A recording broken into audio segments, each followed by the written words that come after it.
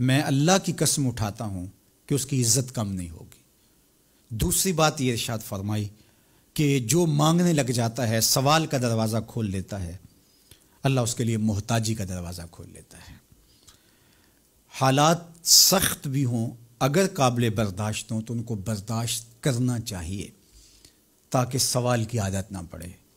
انسان مخمصے کی حالت میں ہو، مجبور ہو جائے تو وہ ایک الگ بات ہے، مخمصے کی حالت میں سوال جائز ہو جاتا ہے، لیکن اگر حالت مخمصے کی نہ ہو تو پھر سوال نہیں کرنا۔ تھوڑی سی مشکل آئی اور اناج بٹتے ہوئے دیکھا تو خود بھی سوالی بن کے جا کے کھڑے ہو گئے، جبکہ ہمارے گھر کے اندر اتنا کچھ موجود تھا کہ ہم گزر کر سکتے تھے، لیکن مفت کا مال ہے لہٰذا کوئی حرج نہیں ہے، تو پھر آہستہ آہستہ انسان اس کا عادی بن جاتا ہے۔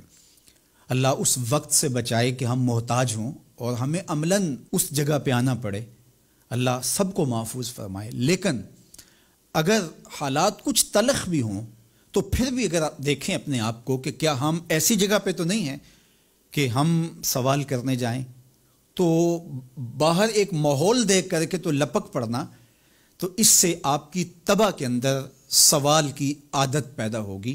تو اس لیے جو مانگنا شروع کر دیتا ہے پھر اس کے لیے محتاجی کا دروازہ بند نہیں ہوتا، الا یہ کہ کوئی سخت مجبور ہو جائے تو شریعت اس کو اس کی اجازت دیتی ہے۔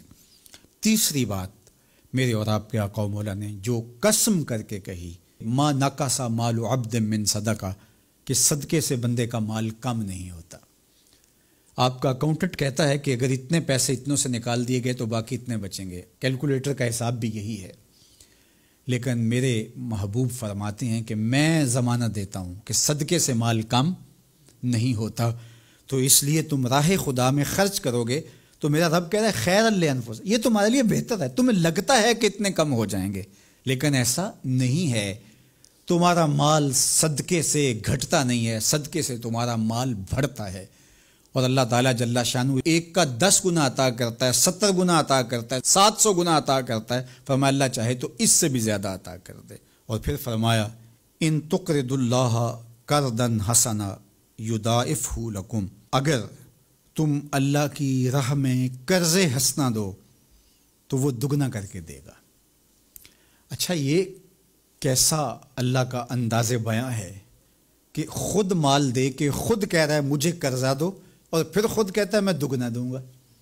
دیا ہوا کس نے ہے؟ اسی نے، اور کہتا ہے کہ جو میں نے تمہیں دیا ہے اس سے مجھے دو، اور میں پھر اس کو اپنے دیے ہوئے مال سے دیے گئے مال کو دگنا کر کے تمہیں لوٹاؤں گا۔